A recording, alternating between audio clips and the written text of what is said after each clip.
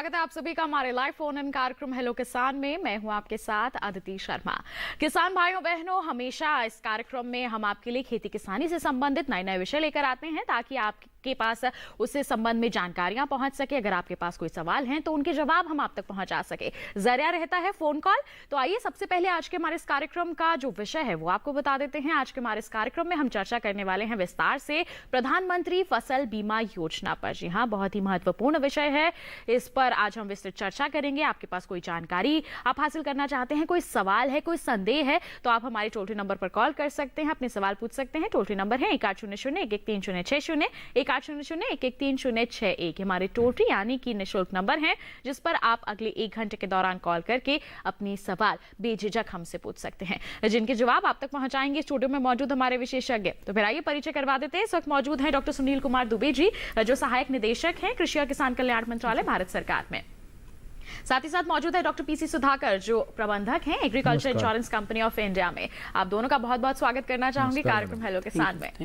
तो बिल्कुल किसान भाइयों बहनों, आज के हमारे इस कार्यक्रम में हम चर्चा करने वाले हैं प्रधानमंत्री फसल बीमा योजना पर। हाल ही में 5 वर्ष पूरे हुए हैं इस योजना के और काफी उपलब्धियां हासिल हुई हैं और आगे के लिए भी कई तरह के लक्ष्य तय किए गए हैं। और हाल ही की बात करें तो बजट 2021 में भी 16,000 करोड़ रुपए आवंटित किए गए हैं इस योजना के लिए। तो आगे आने वाले समय में इस आवंटन से किस तरह का बदलाव हम कहें या फिर कुछ सकारात्मक कदम हम कहें उठाए जा सकते हैं, इसके बारे में हमारे विशेषज्ञ से चर्चा कर लेते हैं। डॉक्टर सुधाकर, क्या कहेंगे इस बजट में इस योजना को लेकर काफी अच्छी जो हम कह सकते हैं कि प्रावधान किए गए हैं, तो आप कैसे देखते हैं इसे आगे आने वाले समय में? देखिए, जब से प्रधानमंत्री फसल बीमा योजना चालू हुई है खरीफ 2016 से, जी, तो हम देख रहे हैं कि किसान इसमें धीरे धीरे जुड़ते जा रहे हैं, बढ़ते जा रहे हैं। और ये योजना ऐसी बनाई गई है जो कि किसानों को सब बहुत कम प्रीमियम देना होता है, उन पे जो बर्डन है पे करने का बहुत कम है। तो सरकार भी ये चाहती है कि अधिक से अधिक किसान जुड़ें और जो उनको जो क्लेम देने के टाइम में पैसे की जो कमी आती है वो कमी ना आए, तो इसलिए उन्होंने बजट बढ़ाया है, ये सोचते हुए किसान इसका अधिक से अधिक फायदा उठाएंगे और इसमें अधिक से अधिक जुड़ेंगे।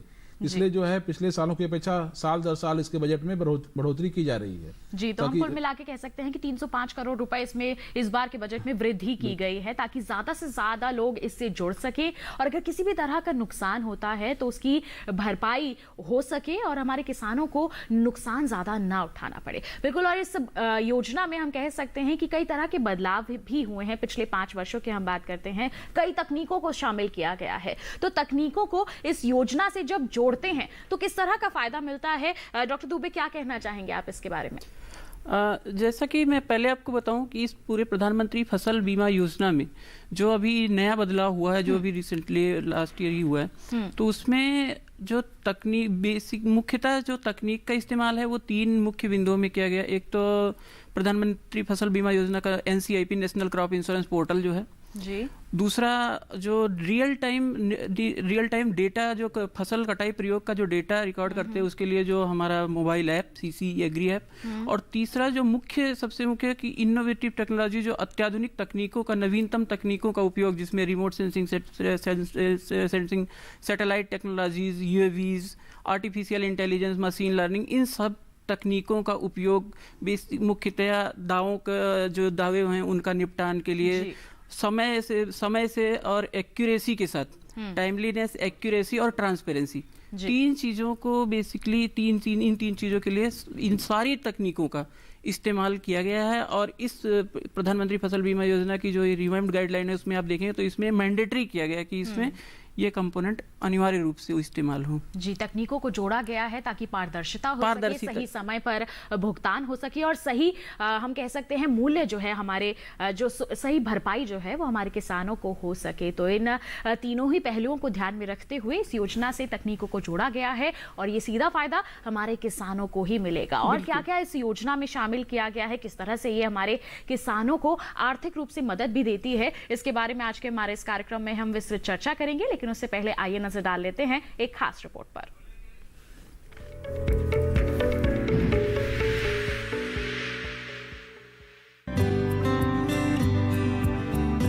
कृषि और किसान हमारे देश की रीढ़ है। कृषि और किसान का विकास देश को तरक्की की राह पर ले जाने के लिए काफी महत्वपूर्ण है। इसी बात को ध्यान में रखकर प्रधानमंत्री श्री नरेंद्र मोदी जी के नेतृत्व में सरकार किसानों के लिए लगातार काफी कल्याणकारी योजनाएं लाती रही है। ऐसी ही एक योजना है प्रधानमंत्री फसल बीमा योजना। इस योजना की शुरुआत 2016 में की गई थी और 2021 में इस योजना ने सफलतापूर्वक 5 वर्ष पूरे किए हैं, यानी इसके कार्यान्वयन को पूरे 5 वर्ष हो चुके हैं। प्रधानमंत्री फसल बीमा योजना फसल की बुआई से लेकर कटाई के बाद तक की पूरे फसल चक्र से जुड़ी गतिविधियों के दौरान फसल के नुकसान के खिलाफ सुरक्षा सुनिश्चित करती है। फसल बीमा योजना का उद्देश्य प्राकृतिक आपदाओं, कीट और रोग के कारण सरकार द्वारा अधिसूचित फसल में से किसी नुकसान की स्थिति में किसानों को बीमा कवरेज और वित्तीय सहायता देना, कृषि में किसानों की रुचि बनाए रखना व उनकी आय को स्थायित्व देना, किसानों को कृषि में नवाचार और आधुनिक पद्धतियों को अपनाने के लिए प्रोत्साहित करना और कृषि क्षेत्र में ऋण के प्रवाह को सुनिश्चित करना है। फसल बीमा योजना के तहत ओला, जल भराव और लैंडस्लाइड जैसी आपदाओं को स्थानीय आपदा माना जाता है। इस योजना के तहत पोस्ट हार्वेस्ट नुकसान भी शामिल है। फसल बीमा योजना में प्रीमियम दर काफी कम है। किसानों को खरीफ फसलों के लिए बीमा कंपनियों द्वारा निर्धारित प्रीमियम का सिर्फ 2% और रबी के लिए 1.5% प्रीमियम देना होता है, जबकि वार्षिक वाणिज्यिक और बागवानी फसलों के लिए भी प्रीमियम महज 5% है। प्रीमियम का बाकी सारा भार सरकार खुद उठाती है और वही बाकी रकम किसानों की ओर से बीमा कंपनियों को देती है, ताकि किसी भी प्रकार की प्राकृतिक आपदाओं में फसल हानि के लिए किसानों को पूर्ण बीमित राशि प्रदान की जाए। ये योजना दावा निपटान के माध्यम से वित्तीय सहायता प्रदान करके किसानों को अपने पैरों पर मजबूती से खड़े होने में मददगार साबित हो रही है।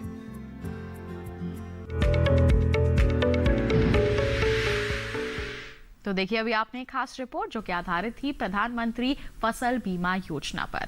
आइए इसी पर हमारी चर्चा को हम आगे बढ़ाते हैं, लेकिन याद रखिए आपके कॉल्स का हम इंतजार कर रहे हैं। बस क्या करना है, आपको अपना फोन उठाना है, हमारे टोल फ्री नंबर डायल करने हैं। जैसे ही आपका कॉल यहाँ पर कनेक्ट होगा हम आपके सवाल सुनेंगे और हमारे विशेषज्ञ उनके जवाब आप तक जरूर पहुंचाएंगे। आइए हमारी चर्चा को हम आगे बढ़ाते हैं। हम बदलाव की बात कर रहे हैं कि प्रधानमंत्री फसल बीमा योजना में अभी तक किस तरह के बदलाव हुए हैं, लेकिन कई हमारे किसान भाई बहन ऐसे भी हैं जो इसके बारे में ज्यादा जानकारी नहीं रखते हैं, जागरूकता की कमी है जिसके चलते इसका लाभ नहीं उठा पाते। तो मैं डॉक्टर सुधाकर आपसे ही जानना चाहूंगी, हमारे दर्शकों को आप समझाएं, बताएं कि क्यों जरूरी है बीमा करवाना। देखिए बहुत अच्छा सवाल है। मैं जब भी आता हूं तो इस तरह के उमूमन सवाल हमारे पास आते हैं और ये किसानों को जानना जरूरी है। अब किसान भाई देखें, अब खेती करते हैं, खेती करने के लिए पहले खेत की तैयारी, सिंचाई, खाद, बीज और तरह तरह की उसमें इनपुट हर 15 दिन 20 दिन या डेली बेसिस पे डालते रहते हैं। इवन कटाई के दौरान भी काफ़ी सारा खर्च है। तो आप ये समझ लीजिए कि मोटा मोटी करीब 1 हेक्टेयर में 50,000 रुपये तो कम से कम खर्च होते ही हैं धान उगाने के लिए। तो 50,000 रुपये आप जब खेती में लगा दिए और सारा जो है एक्सपोज्ड है, मतलब सारा खुला आसमान के तहत है, कभी भी कोई भी प्राकृतिक आपदा आ गई, आपकी सारी लागत पूंजी जो है 50,000 रुपये तक वो शून्य हो जाती है कई बार। तो इसको बचाने के लिए कि कम से कम आपकी जो लागत पूंजी है वो उसका नुकसान ना हो, उतनी भरपाई तो कम से कम हो, तो आप 2% और, मतलब 50,000 का 2% कितना हो गया, छोटा सा अमाउंट है जी। वो आप पे कीजिए, मतलब 1,000 रुपये पे करिए और 50,000 रुपये आप सुरक्षित कीजिए। तो किसान भाई इसको प्रीमियम के रूप में न लें, इसको 2,000 रुपये और इन्वेस्टमेंट के रूप में लें, वो लागत है खेती का, वो लागत के रूप में लेंगे, ताकि आपकी जो है जो कैश फ्लो है, जो नगद की जो सर्कुलेशन है वो बना रहे। कुछ नुकसान हो जाए तो कम से कम 50,000 रुपये तो आपको आमदनी आए ही आए। तो इसको ध्यान में रखते हुए किसान भाई से मैं हमेशा गुजारिश करूंगा कि आप जो है इसको बीमा करवाएं और क्षति होने पे उसका बीमा योजना से क्षतिपूर्ति का लाभ प्राप्त करें। जी बिल्कुल, तो ऐसे में बीमा करवाना बहुत ज़रूरी है। जब हम कुछ भी और कार्य भी करते हैं, जैसे गाड़ी ली हमने तो भी हम उसका इंश्योरेंस करवाते ही हैं। तो ऐसे में खेती तो हमारी बहुत ही महत्वपूर्ण है, हमारे लिए बहुत प्रिय है, तो इसके लिए ज़रूरी है कि हम इसका बीमा भी ज़रूर करवा लें। क्या प्रक्रिया रहती है, कब करवानी चाहिए, कौन सी फसलों की करवानी चाहिए, इसके बारे में हम आपको बताएंगे। लेकिन एक कॉलर जुड़ गए हमारे साथ, पहले हम उनका सवाल यहाँ शामिल कर लेते हैं। उत्तर प्रदेश से भरत ठाकुर जी हमारे साथ फोन लाइन पर हैं, जान लेते हैं क्या है उनका सवाल। हेलो जी मैडम नमस्ते। जी नमस्कार, मध्य प्रदेश से कॉलर हैं हमारे साथ भरत जी। क्या कहेंगे आप, क्या पूछना चाहते हैं आप? मैडम हमारे यहाँ बीमा नहीं मिला है। बीमा नहीं हुआ है? जी नहीं, बीमा मिला नहीं है। बीमा मिला क्लेम नहीं नहीं है, मिला। भुगतान नहीं मिला है आपको? जी हाँ। जी, क्या कहेंगे आप ऐसी परिस्थिति में? आप जो है बीमा नहीं मिला है, इससे क्या तात्पर्य है आपका? आपका नुकसान? हमारे गांव में किसी को भी बीमा नहीं मिला सर। मध्यांचल ग्रामीण बैंक में है। हाँ हाँ, तो आपके देखिए, ये बीमा योजना जो प्रधानमंत्री फसल बीमा योजना है, इसके प्रावधानों के तहत अगर आपके उपज में कमी आती है पिछले 5-7 सालों के एवरेज उपज से, तभी वो सारे किसानों को बीमा का लाभ मिलता है। लेकिन अगर आपके यहाँ उपज में कमी ही नहीं हुई, खेत अच्छी हुई, फसल अच्छी हुई, तो फिर किसी को कोई लाभ उसका उस तरह से नहीं मिलता है। जब नुकसान होगी तभी तो क्षतिपूर्ति हो पाएगी। नहीं जब सर, नुकसान तो हुआ ही है। आपके एक खेत में हुआ या पूरे गांव में हुआ? नहीं सर, गांव में हुआ है नुकसान तो हुए। नुकसान का गणना जो है एक क्रॉप कटिंग एक्सपेरिमेंट आधार है, जो कि आपके यहाँ का जो पटवारी है या जो भी है, वो 4 खेतों में सैंपल लेता है क्रॉप कटिंग। उसमें अगर कमी दिखती है तभी क्षतिपूर्ति दी जाती है। अगर उपज में कमी नहीं आती है तो क्षतिपूर्ति नहीं दी जाती। जी बिल्कुल। ऐसे में डॉक्टर सुधाकर, मैं आपसे यही सवाल पूछना चाहूंगी कि कई बार हमारे किसानों को पता ही नहीं होता कि भुगतान किन किन परिस्थितियों में हो सकता है। तो कौन कौन सी परिस्थितियां हैं जिसमें बीमा कवरेज मिलता है, आप ये भी बता दें विस्तार हाँ से। देखिए, ये बहुत अच्छा सवाल है आपका। आप ये बीमा अभी आपको जो रिपोर्ट दिखला रहे थे उसमें भी इसमें चर्चा किया गया है। ये बीमा योजना ऐसी है कि बुआई के पहले से लेकर के कटाई के 14 दिन बाद तक का कवर प्रदान किया जाता है। जी। मतलब किसान भाई खेत की तैयारी कर रहे हैं, बीज वगैरह सब डाल चुके, और किसी कारणवश बुआई के इनिशियल दिनों में, मतलब शुरुआती 15, 20, 25 दिन के दिनों में या तो बीज जमा नहीं या जमने के बाद जल्दी ही खत्म हो गया, इसको कहते हैं बुआई विफलता। तो इस तरह से बुआई विफलता होने पे भी पूरे ग्राम पंचायत के क्षेत्र में पूरे बीमित राशि का 25% तुरंत दिया जाता है। इसके लिए राज्य सरकार उसको अधिसूचित करती है कि ये क्षेत्रफल बुआई विफलता में शामिल किया जाए, तो उसको सारे किसानों को दिया जाता है। एक तो ये एक आधार ये है जी। दूसरा आधार फिर है कि एक बार खेत में आपकी फसल लग गई, उस दौरान से लेके कटाई के 15 दिन पहले तक, उस दौरान अगर कोई व्यापक आपदा आ गई, बहुत बड़े क्षेत्रों में कोई कीट आ गया, पानी से बह गया, जिसमें पूरा ग्राम पंचायत प्रभावित हुआ, तो उसमें आपको तत्काल सहायता देने का प्रावधान है। जितने क्षति, आपको एक कमेटी बनती है, वो पूरे क्षेत्र का सर्वे करेगी और जितना क्षति का अनुमान लगेगा उसका तुरंत 25% राशि तुरंत दिया जाता है। और बाकी जो है फिर क्रॉप कटिंग, जैसे मैं पहले बता रहा था, उसके आधार पर बाकी राशि दी जाती है। और तीसरी है कि अगर किसी इक्का दुक्का खेत में स्थानीय आपदा जिसको कहते हैं, पूरे क्षेत्र में ना आकर के हमारे खेत में सिर्फ आया या किसी एक किसान के खेत में आया, ओलावृष्टि, भूस्खलन, इस टाइप का आपदा आती है, तो वो किसान भाई 72 घंटे के अंदर बीमा कंपनी को सूचित करेंगे, फिर सर्वे होगा और जितनी नुकसान होगी उतनी क्षतिपूर्ति उनको दी जाएगी। जी, तो जैसे आपने कहा कि 72 घंटे के अंदर यहाँ पर किसानों को सूचना देनी है, सूचित करना है कि यहाँ पर इस तरह की आपदा आई है जिसके चलते नुकसान हुआ है, अब इस पर कार्रवाई की जाए। ऐसे में डॉक्टर दुबे, आपसे जानना चाहेंगे कि जब सूचित कर दिया गया है तो किस तरह से तकनीकों का इस्तेमाल होता है उसको नुकसान के आकलन में? ये बढ़िया प्रश्न है आपका। एक्चुअली जो तकनीक का इस्तेमाल अभी हम कर रहे हैं, अभी आज के जो प्रधानमंत्री फसल बीमा योजना में, तो 3-4 उसमें मुख्य बिंदु हैं जिस पे अभी तकनीकों का इस्तेमाल किया जा रहा है। एक तो है जैसे उपज में अगर डिफरेंस हुआ, उपज जो फसल कटाई प्रयोग ही मुख्य आधार है। पहली चीज तो पूरे उपज मूल्यांकन का प्रधानमंत्री फसल बीमा योजना में जी। तो जो उपज में जो अभी डॉक्टर सुधाकर जी ने बताया कि जो पिछले 6-7 साल का उपज देखते हैं और यील्ड देखते हैं उसको, और उसके बाद में इस साल का जो उपज हुआ उससे उसका कंपैरिजन करते हैं। तो अगर जो भी इसमें उपज में जो कमी होती है, जो डिफरेंसेस जो दोनों आया, उसके बेस पे हम तो पहली चीज़ तो सेटलमेंट देते हैं।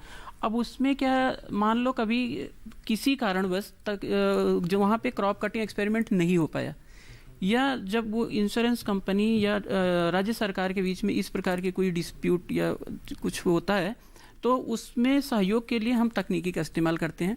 उसके लिए फिर बहुत सारी तकनीकी उपलब्ध है हमारे पास, जो टेक्नोलॉजी सपोर्ट यूनिट है, और उसमें बहुत सारी एजेंसीज इन्वॉल्व हैं। मुख्य रूप से उसमें Mahalanobis national crop forecast centre उसके लिए उत्तरदायी है। तो उसमें हम तकनीकी का इस्तेमाल करके उपज का मूल्यांकन करते हैं, जो इंश्योरेंस यूनिट होता है उस स्तर पर, और जो उससे जो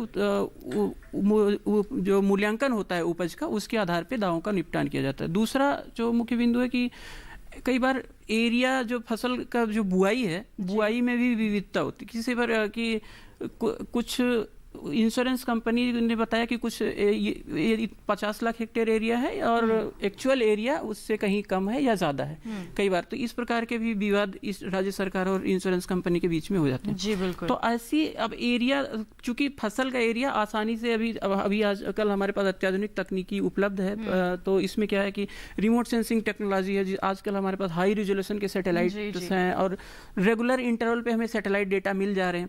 तो उससे हम नियमित रूप से ये देख पा रहे हैं कि अभी फसल के किस एरिया में फसल का कितना कवरेज है, और दूसरी चीज फसल की किस अवस्था में है।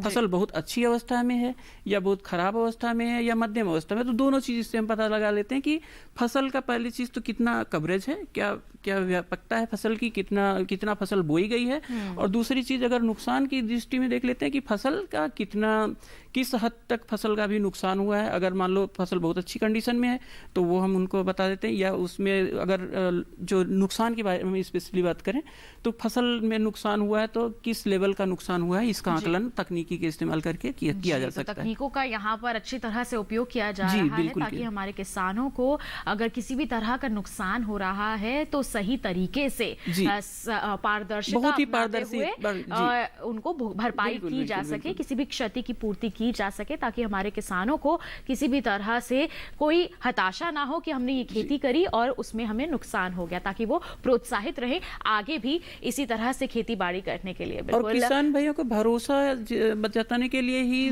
मुख्यतः तकनीकी आधारित आकलन इस्तेमाल किया ज्यादातर जो इस गाइडलाइन में ज्यादा जो फोकस दिया गया है तकनीकी का, बेसिकली इसीलिए ट्रांसपेरेंसी मेंटेन करने के लिए, पारदर्शिता रहेगी तो किसानों को भी रहेगा कि बिल्कुल सही भुगतान, ये इतना नुकसान हुआ था उसी के अनुसार यहाँ पर भुगतान हुआ है। बिल्कुल किसान इस पर ज्यादा विश्वास कर सके, इसलिए तकनीकों को लाया गया है और किस तरह के बदलाव किए गए हैं जानेंगे, लेकिन एक छोटे से ब्रेक के बाद कहीं मत जाइए, देखते रहिए हमारा लाइव फोन इन कार्यक्रम हेलो किसान और बनी रहिए दूरदर्शन किसान पर।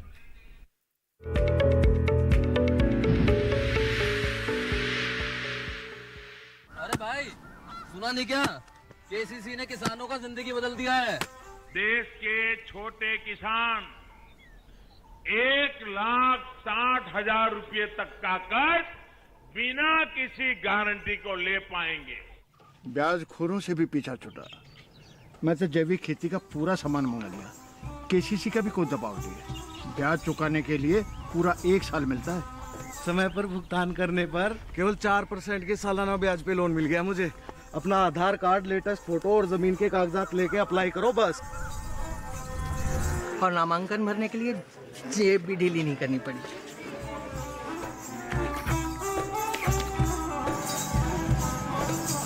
चाचा, उधार चुकाने के 24 घंटे के बाद उतने ही पैसे वापस निकाल सकते हैं। केसीसी ने किसानों की जिंदगी वाकई बदल दी है। तो आप भी किसान क्रेडिट कार्ड अपनाएं और सहजता से ऋण पाएं।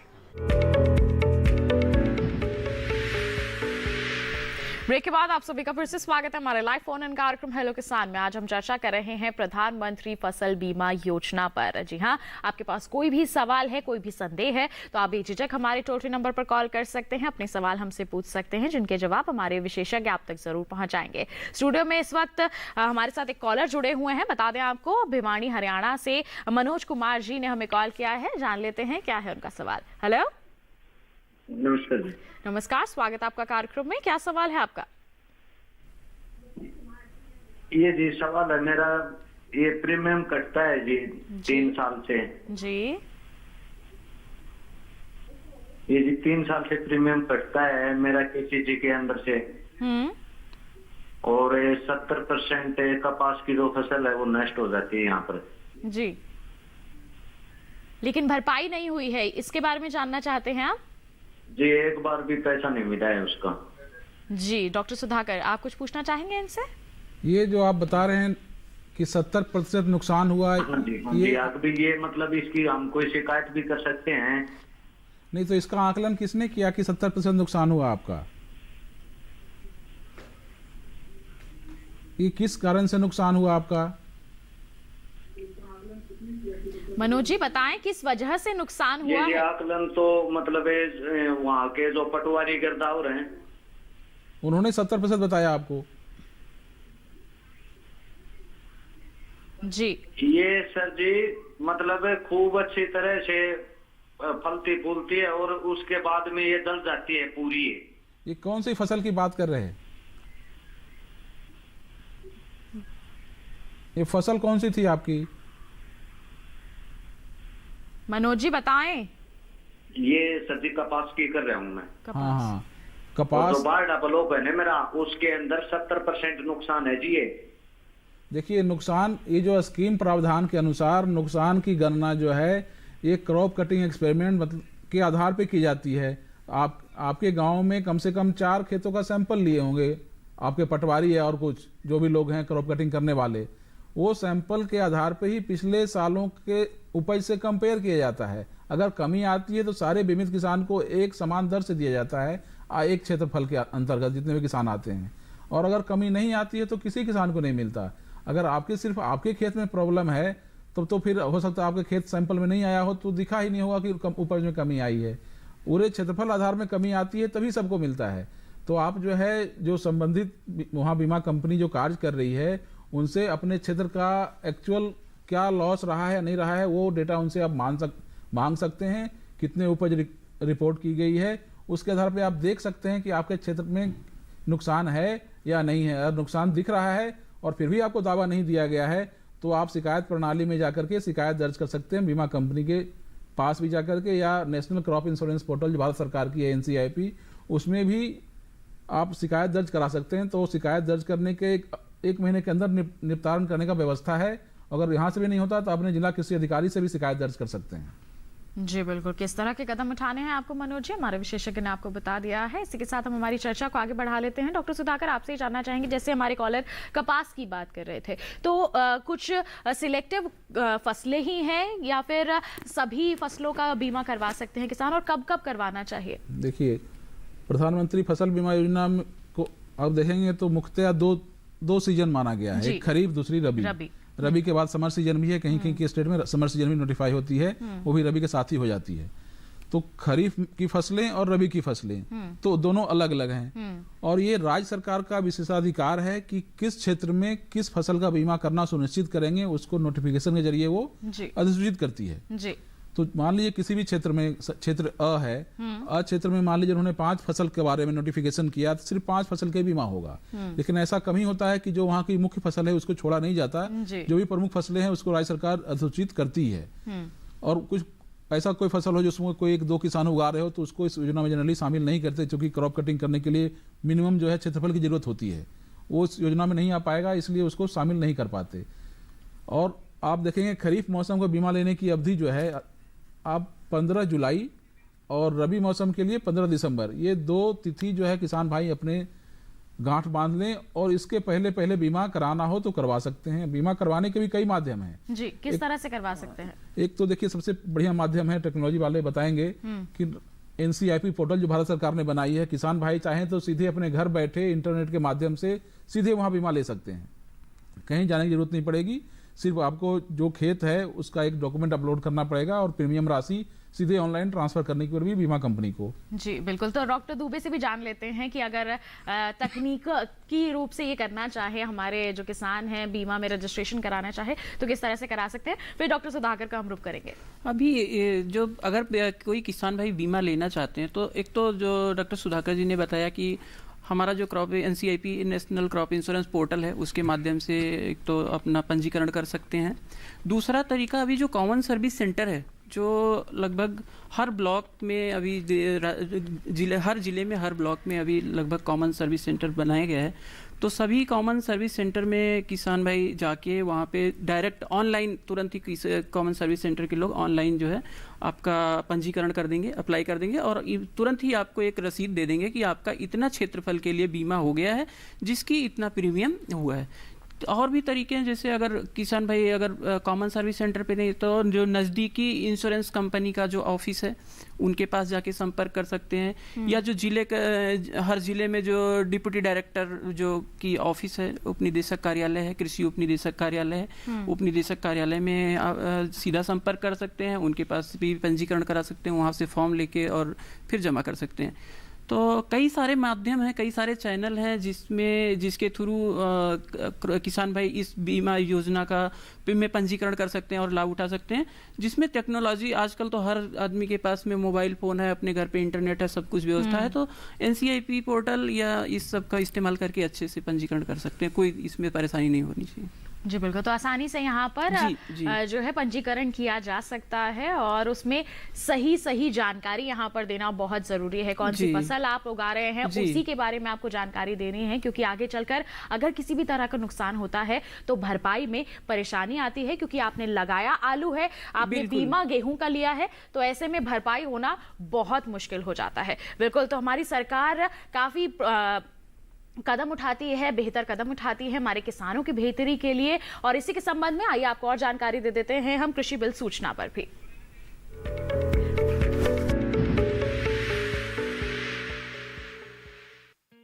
सार्वजनिक सूचना। 3 कृषि सुधार अधिनियम 2020 के संबंध में टिप्पणियां, विचार और सुझाव आमंत्रित किए जाते हैं। भारत के माननीय सर्वोच्च न्यायालय ने निम्नलिखित 3 कृषि सुधार अधिनियम 2020 के संबंध में सिफारिश करने और रिपोर्ट प्रस्तुत करने के लिए विशेषज्ञों की एक समिति का गठन किया है। पहला, कृषक उपज व्यापार और वाणिज्य संवर्धन और सरलीकरण अधिनियम 2020। दूसरा, कृषक सशक्तिकरण और संरक्षण कीमत आश्वासन एवं कृषि सेवा पर करार अधिनियम 2020। तीसरा, आवश्यक वस्तु संशोधन अधिनियम 2020। यह समिति सभी पक्षकारों से उपरोक्त तीनों अधिनियमों पर उनकी टिप्पणियां, विचार एवं सुझाव आमंत्रित करती है, ताकि भारतीय किसानों के हितों की सुरक्षा के लिए माननीय सर्वोच्च न्यायालय को रिपोर्ट करने के लिए इनका संकलन किया जा सके। सभी संबंधितों से अनुरोध किया जाता है इस मामले पर वे अपनी टिप्पणियां, विचार एवं सुझाव समिति को भेजें। यह समिति किसान संघों, किसान संगठनों, किसान उत्पादक संगठनों एवं कृषि से संबंधित गतिविधियों में लगे अन्य हितधारकों से भी सुझाव आमंत्रित करती है, ताकि उपरोक्त कृषि सुधार अधिनियमों पर उनके सुझावों पर विचार किया जा सके। टिप्पणियां, विचार और सुझाव 20 फरवरी 2021 तक www.farmer.gov.in/SC कमेटी पोर्टल पर अथवा sc.committee-agri@gov.in पर ईमेल द्वारा भेजे जा सकते हैं।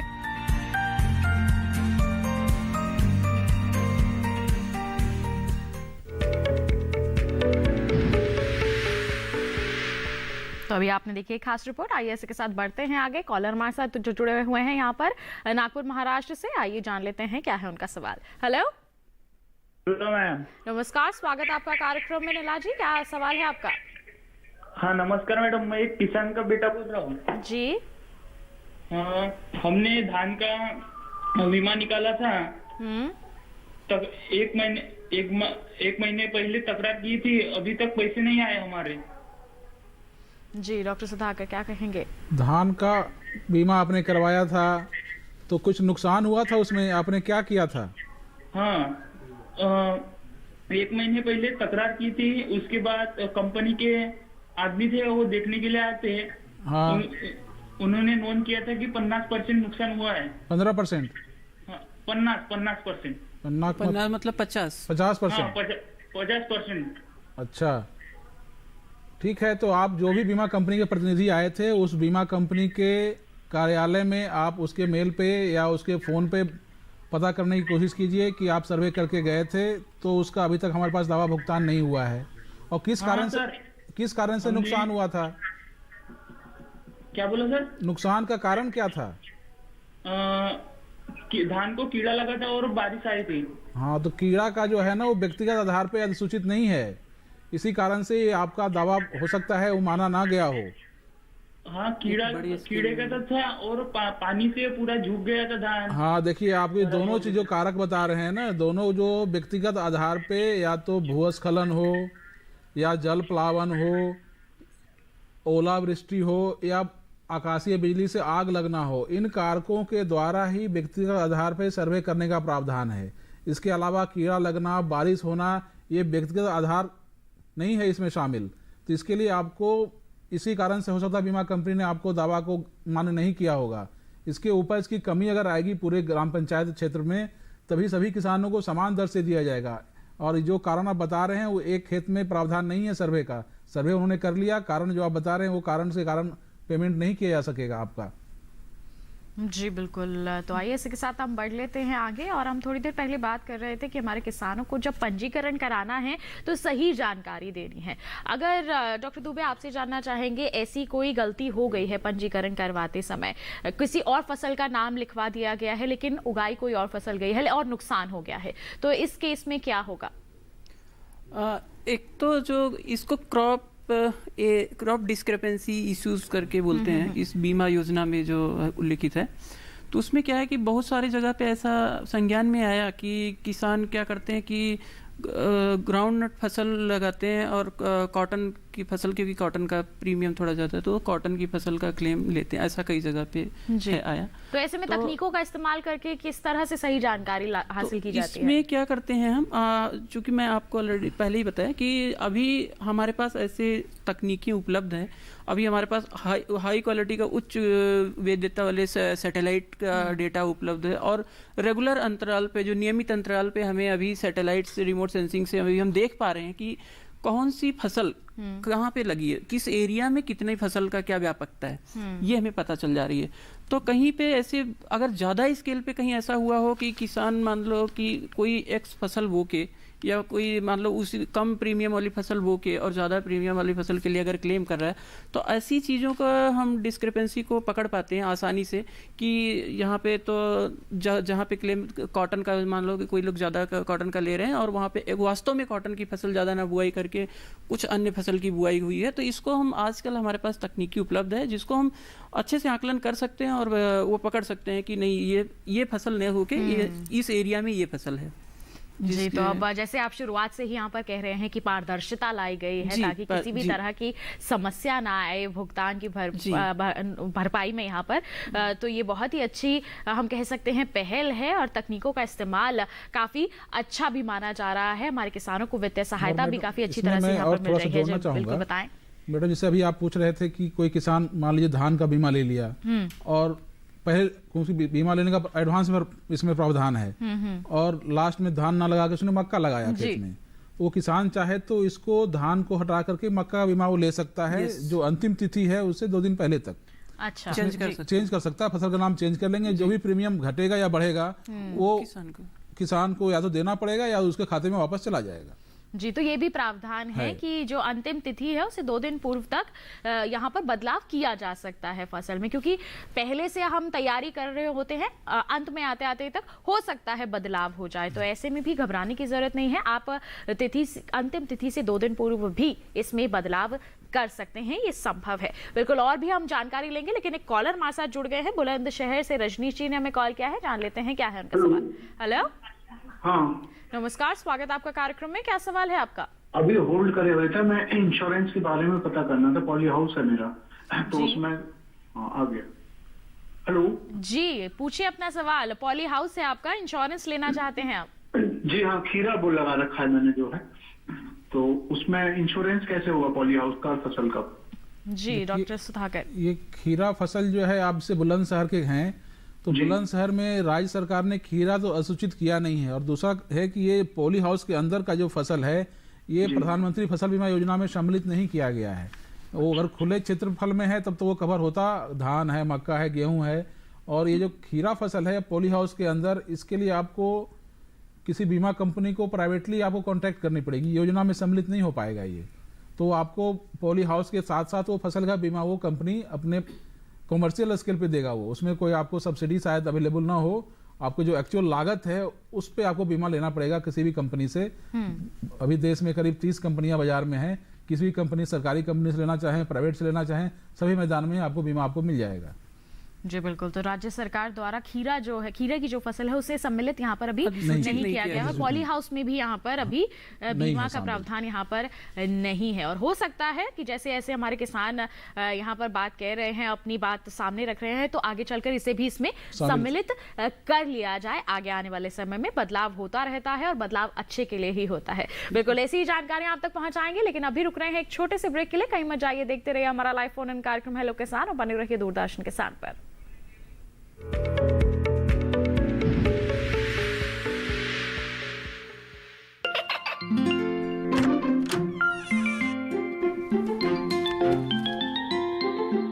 ये क्या हो रहा है? काशवी, इतने कम मार्क्स? काशू बेटा पढ़ा करो, पढ़ोगी नहीं तो आगे कैसे बढ़ोगी? मम्मा मैं भी तो आपसे यही कहना चाहती हूँ, पढ़ा करो। आप पढ़ोगे नहीं तो आगे कैसे बढ़ोगे? मतलब? वो देखो, सिर्फ बैक पर छपा ऑर्गेनिक नहीं, ऑर्गेनिक का निशान पहचानिए। पीजीएस ऑर्गेनिक का ये लोगो उन किसानों की पहचान है जो आज भी परंपरागत विधि से रसायन मुक्त खेती कर आपके लिए शुद्ध फसल उपजा रहे हैं। अब समझे मम्मा, अगर मैं प्योर ऑर्गेनिक फूड नहीं खाऊंगी तो अच्छे मार्क्स कहाँ से लाऊंगी? अच्छा बच्चों, जैविक खेती की इस मुहिम को आगे बढ़ाइए, शुद्ध ऑर्गेनिक अपनाइए।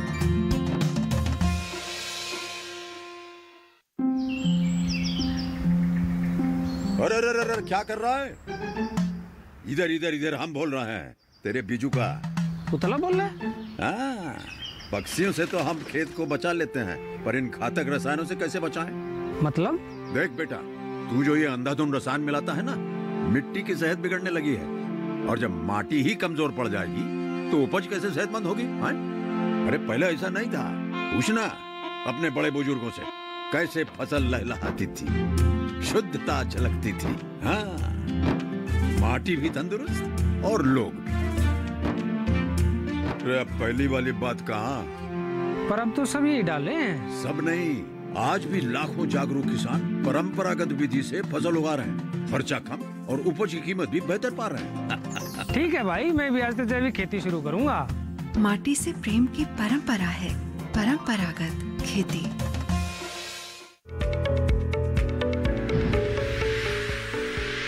ब्रेक के बाद आप सभी का फिर से स्वागत हमारे लाइव फोन इन कार्यक्रम हेलो किसान में। आज हम चर्चा कर रहे हैं प्रधानमंत्री फसल बीमा योजना पर। आपके पास कोई भी सवाल है तो जल्दी से अपना फोन उठाइए और हमारे टोल फ्री नंबर पर आप कॉल कर सकते हैं, अपने सवाल हमसे पूछ सकते हैं और हमारे विशेषज्ञ मौजूद हैं इस वक्त आपके सवालों के जवाब आप तक पहुंचाने के लिए। इस वक्त भी एक कॉलर जुड़े हुए हैं, आइए जान लेते हैं क्या है उनका सवाल।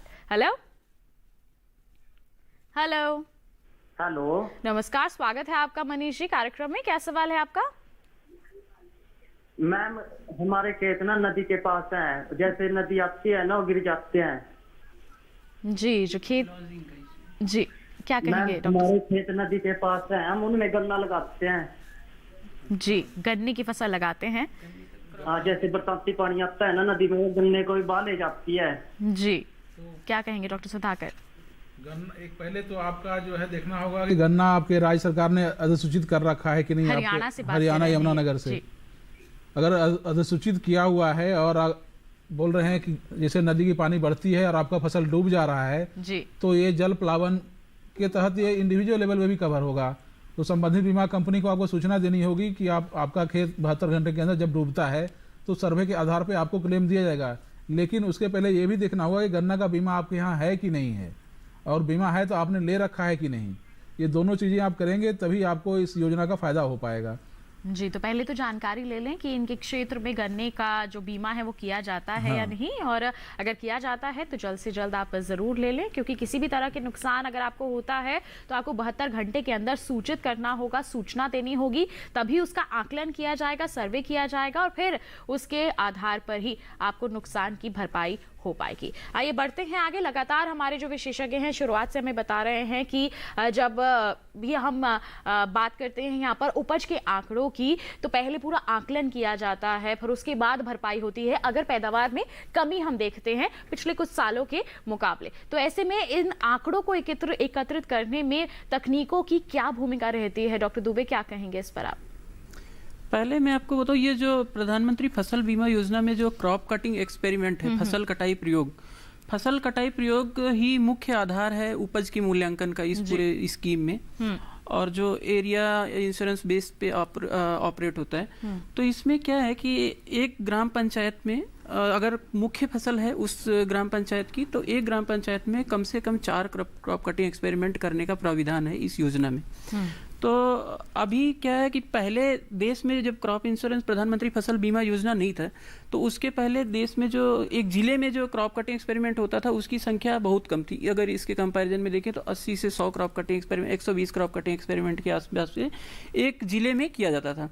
जब से प्रधानमंत्री फसल बीमा योजना का क्रियान्वयन हुआ है, और ये चूंकि बहुत निचले स्तर से ऑपरेट होती है, मतलब ग्राम पंचायत स्तर पे ऑपरेट होती है, जहाँ पे मिनिमम 4 क्रॉप कटिंग एक्सपेरिमेंट फसल कटाई प्रयोग करना है, तो इससे फसल कटाई प्रयोगों की संख्या में बहुत ही वृद्धि हुई है, बहुत ज्यादा अत्यधिक वृद्धि हो गई है।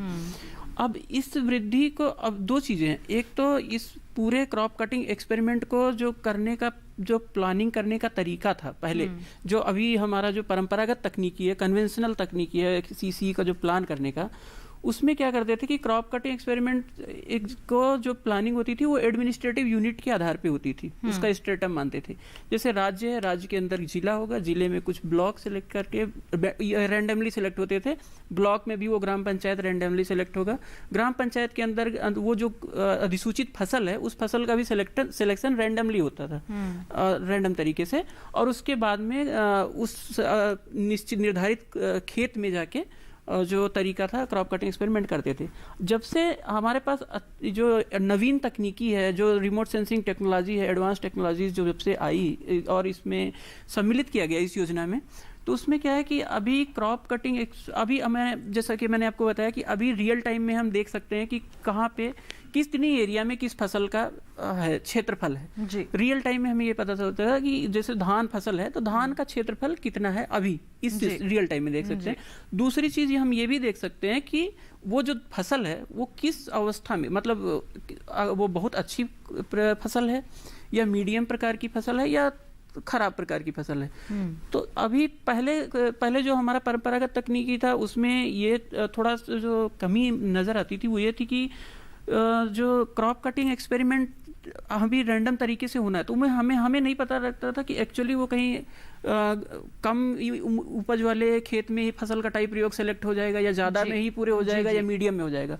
जब से ये टेक्नोलॉजी है, टेक्नोलॉजी से हम एग्जैक्टली बोल सकते हैं कि इस पूरे एडमिनिस्ट्रेटिव यूनिट में, इंश्योरेंस यूनिट में अगर 50% एरिया अच्छी कैटेगरी वाली क्रॉप का है तो जो major portion crop cutting experiment का सिलेक्ट हो, सिर्फ अगर 2 क्रॉप कटिंग एक्सपेरिमेंट मेजर मतलब अच्छी क्वालिटी के क्रॉप में ही होगा जी। और अगर 50% एरिया या 25% एरिया बहुत खराब क्वालिटी की क्रॉप है तो हम 1 क्रॉप कटिंग एक्सपेरिमेंट उसमें भी करेंगे जी। बिल्कुल, और आपसे जानकारी लेंगे, लेकिन एक कॉलर हमारे साथ जुड़ गए हैं, उनका सवाल शामिल कर लेते हैं, फिर आपसे हम पूरी जानकारी इस संदर्भ में जरूर लेंगे। उदयपुर से शंकर लाल पटेल जी हमारे साथ कॉल पर है, आइए जान लेते हैं क्या है उनका सवाल। हेलो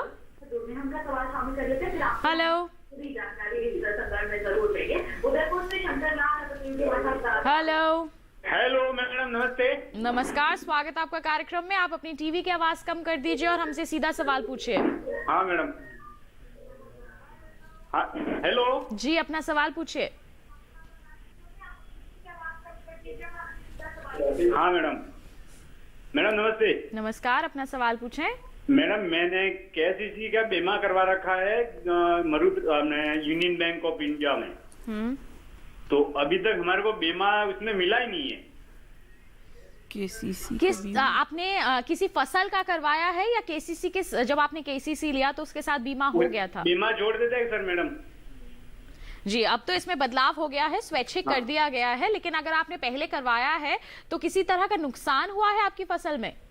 मैडम, फसल तो नुकसान, जैसे बारिश होती है उसमें ज्यादा बारिश होती, फसल नुकसान हो गया तो अभी तक तो हमारे को न बैंक ने किसी प्रकार का बीमा हमारे किस वो काट देते हैं, लेकिन भरपाई नहीं हुई है। आपने सूचना दी थी 72 घंटे के अंदर कि आपकी फसल को नुकसान हुआ है?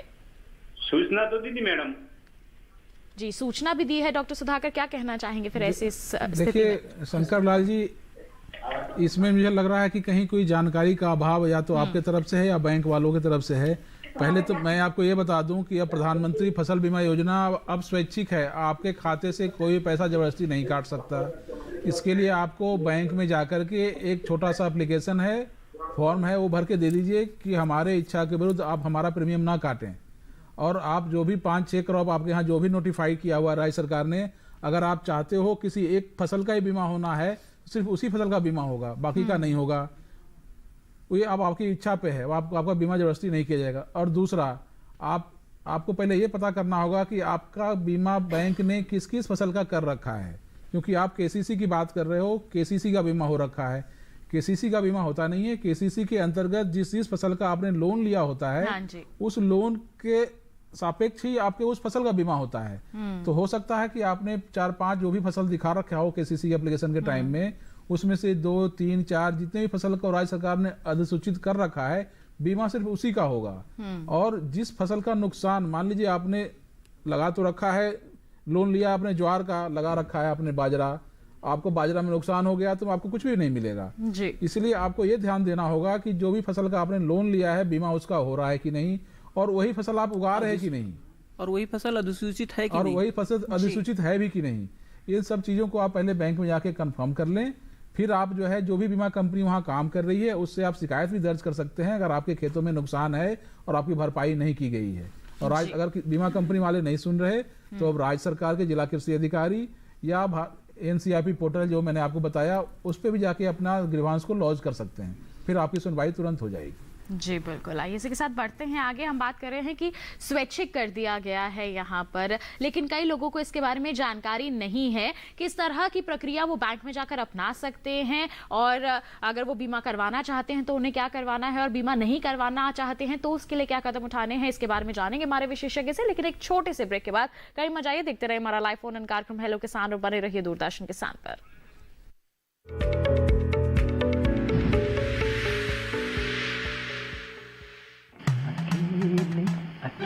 अरे वाह भैया, अकेले अकेले। अरे तू भी ले, पर खाएगा कैसे? मैं ऑर्गेनिक खेती की बात कर रहा रे बेटे। अकेले अकेले खेती कब तक करेगा? मतलब गांव में 20-25 किसानों का समूह बना के पंजीकरण करवा ले, फिर सरकारी ट्रेनिंग भी मिलेगी और मुफ्त जैविक बीज खाद भी। फिर BGS ऑर्गेनिक की सरकारी मोहर के साथ तेरी उपज आकर्षक पैक में पहुंचेगी बड़े बाजार तक। अच्छा हाँ। अरे भाई कहाँ चल दिया? सबको साथ लाने, आमदनी बढ़ाने। तो किसान भाई समझ गए ना, साथ मिलकर ऑर्गेनिक खेती कीजिए, अपनी परंपरा को आगे बढ़ाइए, ज्यादा मुनाफा कमाइए। माटी से प्रेम की परंपरा है परंपरागत खेती।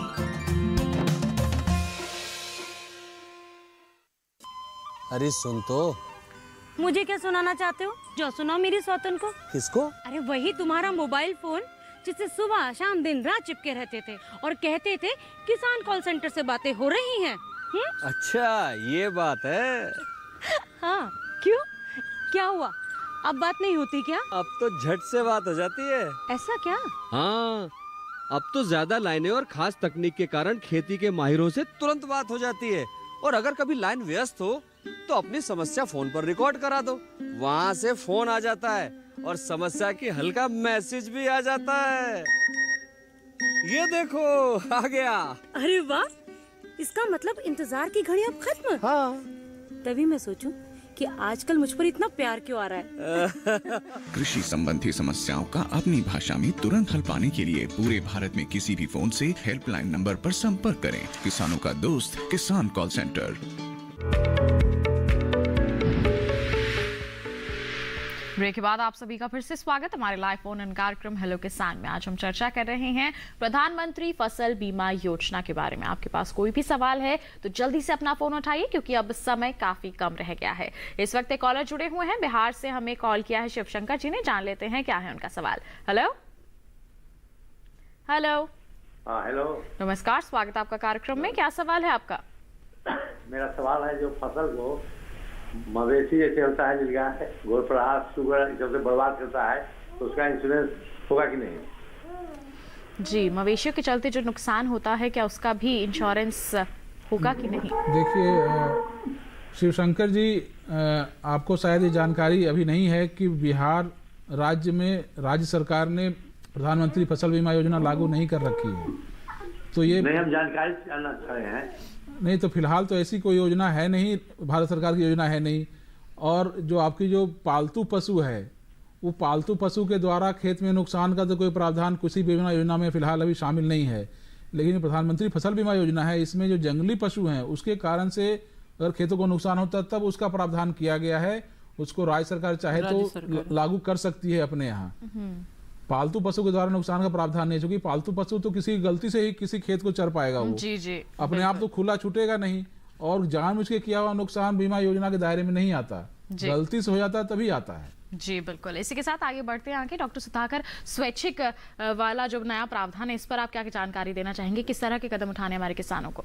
देखिए, किसान भाइयों के लिए बहुत जरूरी सूचना है और जानकारी रहनी चाहिए कि पहले जो प्रधानमंत्री फसल बीमा योजना थी, ये गाइडलाइन नए जारी होने के पहले, उसमें जो भी ऋणी किसान थे, अगर वो अधिसूचित फसल के लिए ऋण ले रखा है तो बैंकों का ये दायित्व था कि उसको कंपलसरी बीमा योजना में सम्मिलित करेंगे।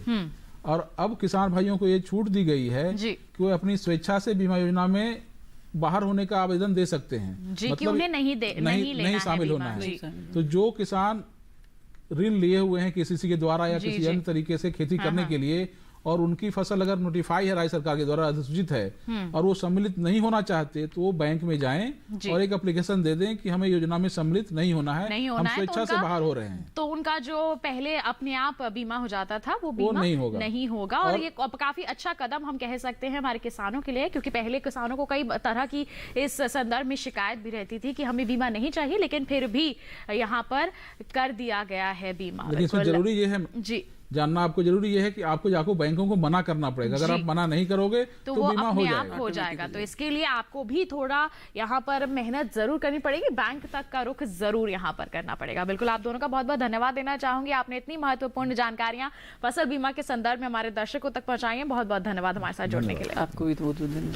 तो बिल्कुल किसान भाइयों बहनों, प्रधानमंत्री फसल बीमा योजना किस तरह से क्रियान्वयन किया जा रहा है इसका आपने आज के हमारे इस कार्यक्रम में इसके बारे में जानकारी हासिल कर ली। अब कल के कार्यक्रम में हम क्या विषय आपके लिए लेकर आने वाले हैं बता देते हैं। पराली प्रबंधन के लिए प्रयोग किए जाने वाले यंत्र, इस पर हम विस्तृत चर्चा करेंगे। आपके पास कोई भी सवाल है पहले ही हम तक पहुंचा सकते हैं, ईमेल कर सकते हैं। ईमेल आईडी है hellokisan2015@gmail.com। आप फेसबुक पर जाइए, फेसबुक पर आप हिंदी में टाइप कीजिए हेलो किसान और वहां पर हमारे पेज पर आप अपने सवाल पोस्ट कर सकते हैं। साथ ही एक और जरिया है डीडी किसान कॉल सेंटर नंबर, जिसका नंबर है 1800-113-060, जिस पर सोमवार से शनिवार सुबह 6 बजे से रात के 10 बजे तक आप कॉल कर सकते हैं। अपने सवाल पहले ही रिकॉर्ड करवा सकते हैं, जिन्हें हम कार्यक्रम में जरूर शामिल करेंगे। तो बस किसान भाइयों बहनों, आज के लिए इतना ही। अगले अंक में मुलाकात होगी आपसे नए विषय नए विशेषज्ञों के साथ। तब तक के लिए हमें दीजिए इजाजत। आप बने रहिए दूरदर्शन किसान पर। नमस्कार।